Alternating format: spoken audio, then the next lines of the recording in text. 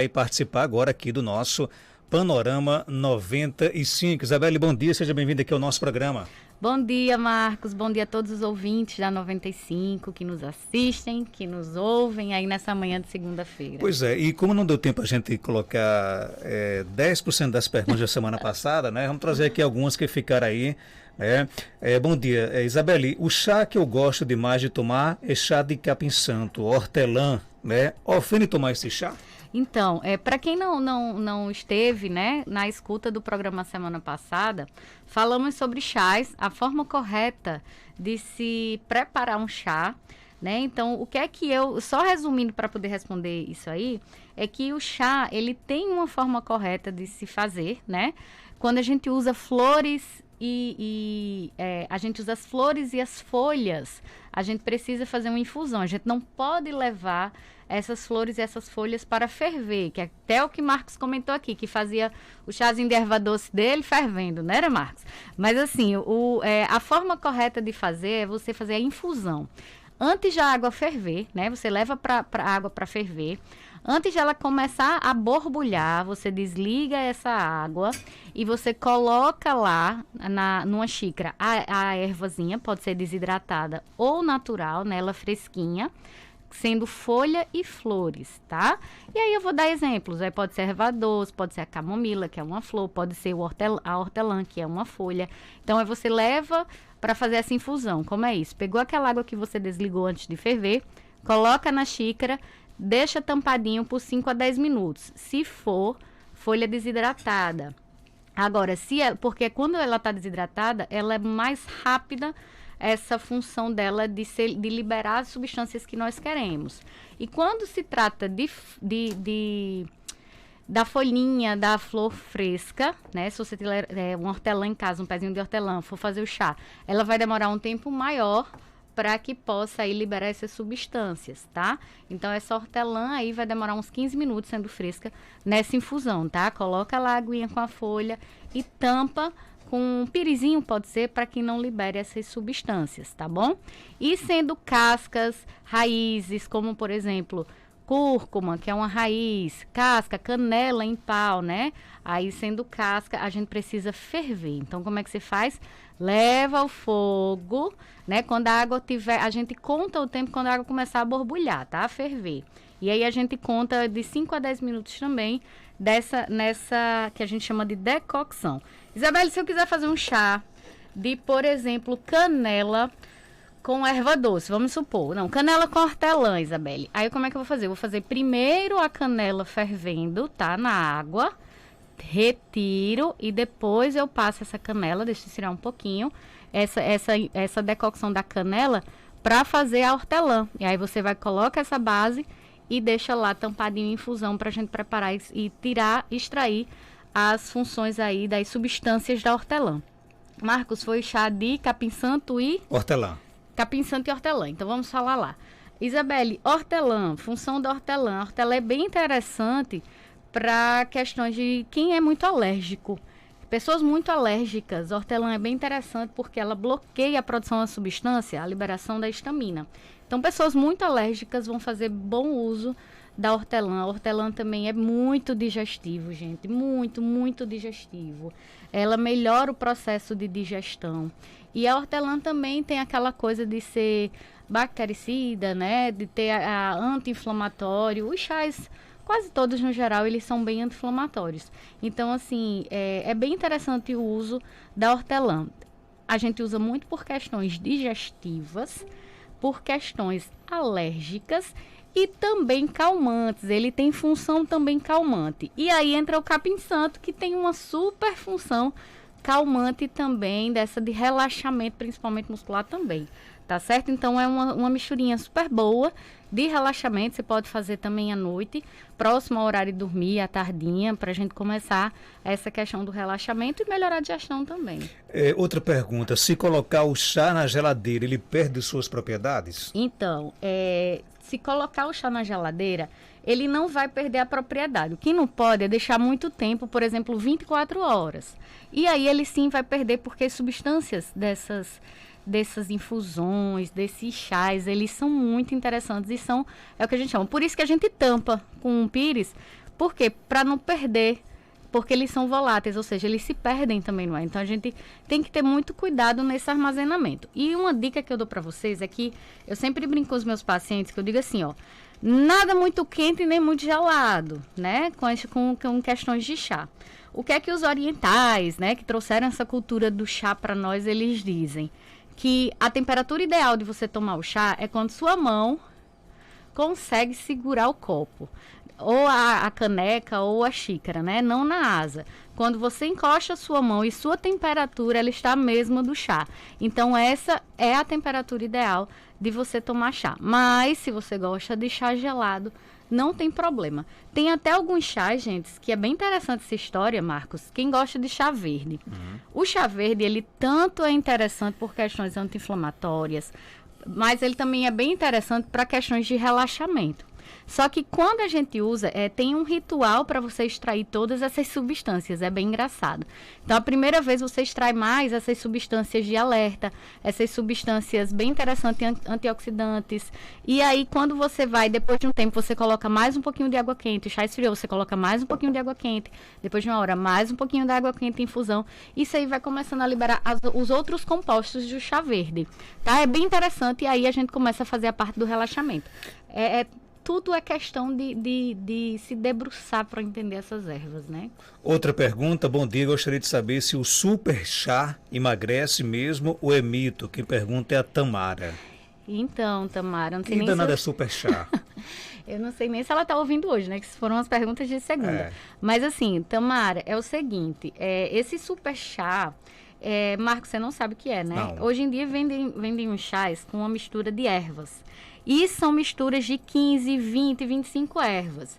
Cada uma com uma função diferente, né? Ou retenção de líquido, diminuir retenção de líquido, emagrecimento, relaxamento, enfim. São várias ervas num chá só.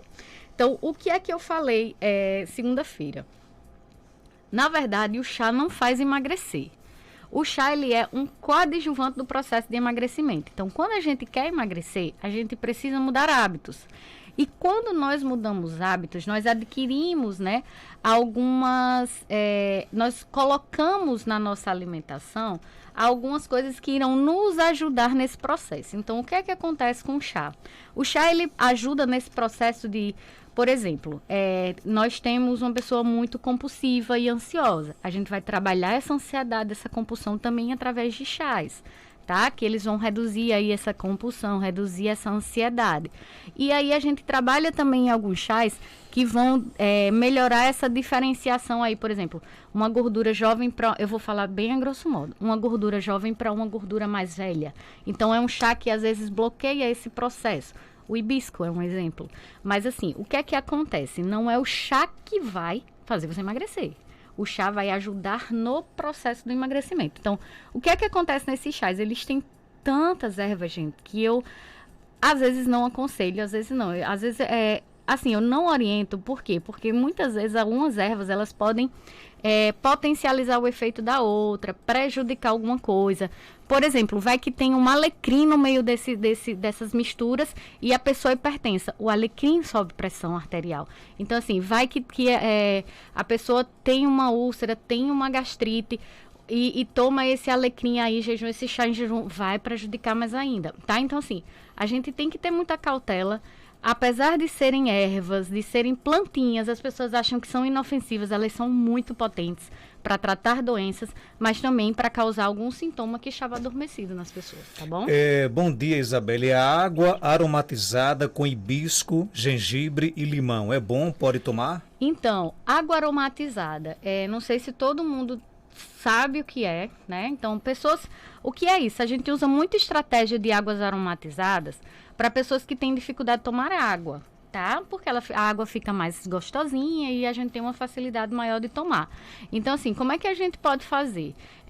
No caso, para que a gente consiga extrair as substâncias necessárias dessas os compostos, né, do gengibre, do hibisco, a gente precisa da água na temperatura correta, que seria a temperatura mais de 90 graus por ali, antes de ferver. Aí é que a gente consegue extrair as substâncias desses compostos, desses ingredientes.